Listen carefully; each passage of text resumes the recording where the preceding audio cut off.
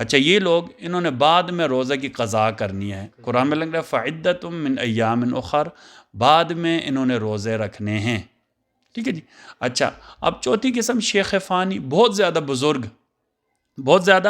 بزرگ، اتنی عمر ہو گئی ہے کہ ان کے اندر دوبارہ طاقت آنے کی امید نہیں ہے، نہیں ان کے تندرست ہونے کی امید ہے. انہوں نے اپنے روزوں کی جگہ فدیہ دے دینا ہے. انہوں نے روزے نہیں رکھنا، اپنے روزوں کی جگہ کیا کرنا ہے؟ فدیہ دے دینا ہے. اس پہ بھی ہم آئیں گے. ابھی میں دوسرا سوال آپ سے کروں گا، انتہائی کامن اور ہمارے اس آج کل کے دور میں بہت عام ہے، لوگوں کو کافی کنفیوژن بھی ہے. قاری صاحب بہت سارے لوگ بیمار ہوتے ہیں، پھر کافی لوگ ٹریٹمنٹ کروا رہے ہوتے ہیں اور انجیکشن لگتے ہیں، انسولین لگتی ہے، شوگر کے مریض ہیں، تو ان کے لیے کیا انجیکشن لگنے سے روزہ ٹوٹ جاتا ہے، انسولین لگنے سے روزہ ٹوٹ جاتا ہے یا رہتا ہے؟ کسی قسم کا انجیکشن لگانا، کسی بھی قسم کا ہو، ہمارے یہاں سمجھانے کے لیے کہ لوگ کہتے ہیں سادہ انجیکشن ہے یا رگوں کا انجیکشن ہے. ٹھیک ہے نا، کسی بھی قسم کا انجیکشن ہو یا ویکسینیشن ہو یا انسولین کرانی ہو، اس سے روزہ نہیں ٹوٹتا. ایون کوئی بندہ بیمار ہو گیا ہے، ٹھیک ہے جی، ڈاکٹر نے جا کر اسے ڈرپ لگا دی، اس سے بھی روزہ نہیں ٹوٹتا. جی خون نکالنے سے، کوئی ٹیسٹ کے لیے خون نکالنے نہیں، اس سے بھی روزہ نہیں ٹوٹتا، اس سے بھی نہیں ٹوٹے. روزہ نہیں ٹوٹتا خون نکالنے سے. ٹھیک ہے. اچھا قاری صاحب، فدیہ اور قضاء کے حوالے سے بتائیے گا کہ کیا حکم ہے؟ روزہ کی 3 ٹرم ہیں. یہ ٹرمز ہمارے یہاں ٹرمنالوجی جو ہوتی ہے نا، 3 ٹرمز ہیں، 3 اصطلاحات ہیں. ایک ہوتی ہے قضا، ایک ہوتا ہے کفارہ، ایک ہوتا ہے فدیہ. قضا کا مطلب ہوتا ہے ایک کام میں نے ابھی نہیں کیا، بعد میں اسے کروں. جیسے میں نے آپ کو بتایا بیمار ہے بندہ، جوان ہے، ٹھیک ہے، ابھی روزے نہیں رکھے تو بعد میں روزے رکھے گا. جیسے روزہ رکھنا فرض ہے، ایسے روزے کی قضا بھی فرض ہے. اچھا دوسرا ہوتا ہے کفارہ. کچھ غلطیاں بندے سے ایسے ہو جاتی ہیں کہ اگر بندے نے روزہ نہیں رکھا جان بوجھ کر، تو اس نے قضا بھی کرنی ہے، کفارہ بھی دینا. کفارہ بمعنی جرمانہ، آپ سمجھ لیں آسان الفاظ کے لیے. ٹھیک ہے نا. مثلا 2 صورتیں ایسی ہیں جو اگر غلطی سے ہو جائیں، 2 صورتیں ایسی ہیں جن میں قضا اور کفارہ دونوں ہوں گے. نمبر 1، کوئی عذر نہیں تھا، نہ بندہ بیمار تھا، نہ مسافر تھا، نہ بڑی عمر تھی، جان بوجھ کر روزہ توڑ دیا. جان بوجھ کر روزہ توڑ دیا، تو اس نے کیا کرنا ہے؟ اس روزے کی قضا بھی کرنی ہے، کفارہ بھی دینی ہے. یا کوئی شخص اپنی جو اہلیہ ہے اس کے ساتھ اس نے ہمبستری کر لی روزے کی حالت میں، تو اس نے کیا کرنا ہے؟ قضا اور کفارہ دونوں کرنا ہے. اب کفارہ کتنا ہوگا یہ سمجھ لیں. ایک روزے کے بدلے 60 روزے مسلسل رکھنا. 60 روزے؟ جی. یا ایک غلام آزاد کرنا. ٹھیک ہے نا جی. یا اگر روزہ رکھنے کی طاقت نہ ہو، یا غلام تو آج کل ہے ہی نہیں ہے، تو پھر 60 مسکینوں کو کھانا کھلانا. اور یہ روزے بھی مسلسل رکھنے ہیں، پے در پے رکھنے ہیں. خدا نخواستہ کسی نے 58 روزے رکھ لیے، ایک روزہ چھوڑیے، دوبارہ 1 2 3 سے شروع ہوں گے. جی کنٹینیوسلی 60 روزے رکھنے. جی. اچھا خدا نخواستہ روزہ رکھنے کی طاقت نہیں ہے تو پھر کیا کریں گے؟ 60 مسکینوں کو کھانا کھلائیں گے. ٹھیک ہے. یہ ہوتی ہے قضا، عفواً یہ کفارہ ہوتا ہے. اور قضا کیا ہوتی ہے؟ صرف روزے کے بدلے روزہ رکھ لینا. مثلا عورت ہے، مخصوص ایام آ گئے ہیں، ابھی روزہ نہیں رکھ لی، بعد میں کیا کرنی ہے؟ جتنے روزے رہ گئے اتنے روزے رکھ لیں گی. ایک آخری ٹرم استعمال ہوتی فدیہ. فدیہ کا مطلب ہے بدلہ دینا.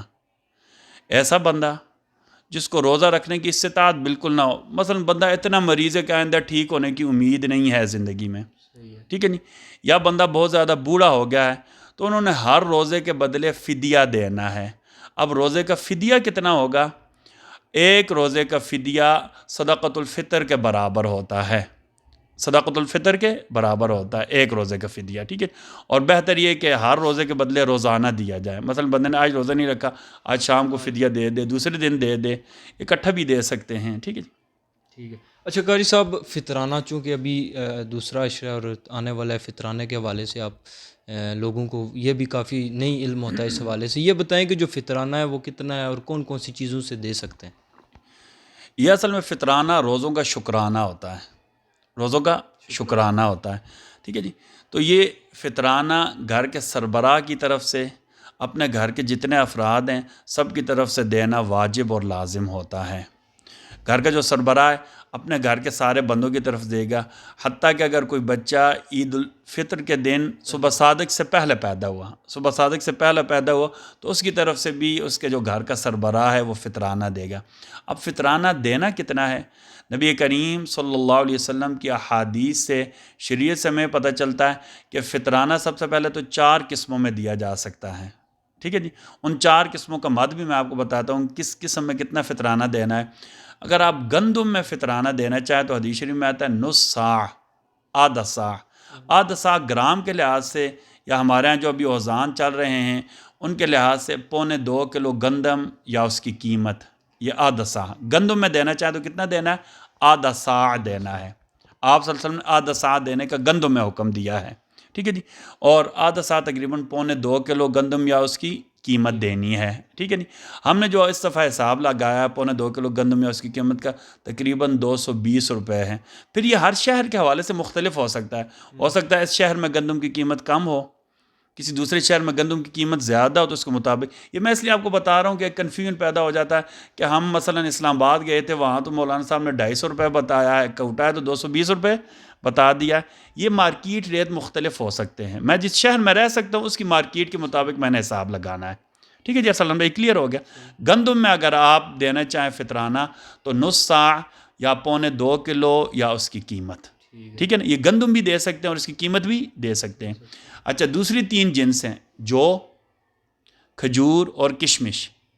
جو، کھجور اور کشمش، یہ تینوں 1 صاع دینی ہیں. آپ صلی اللہ علیہ وسلم نے جو، کھجور اور کشمش 1 صاع بطور فطرانہ دینے کا حکم دیا.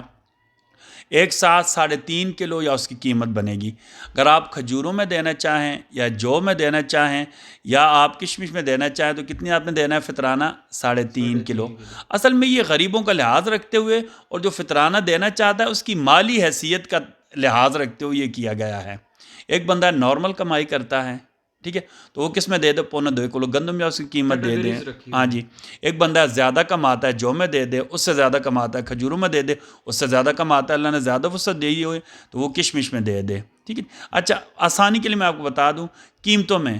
اس دفعہ 2023 میں کوٹا کے علماء نے آپس میں مشورہ کر کے مارکیٹ ریٹ پتہ کر کے جو فطرانے کی رقم کا تعین کیا، گندم کے حساب سے آپ دینا چاہیں تو 220 روپے بنیں گی. ٹھیک ہے نہیں. اگر آپ جو میں دینا چاہیں تو 3.5 کلو جو کی قیمت بنے گی 455 روپے. اگر آپ کھجوروں میں دینا چاہیں تو 3.5 کلو کھجوروں کی قیمت ہم نے جو مارکیٹ سے پتہ کیا ہے وہ تقریباً 1450 روپے ہے. اسی طرح اگر آپ کشمش میں دینا چاہیں تو 2450 روپے بنتی ہے.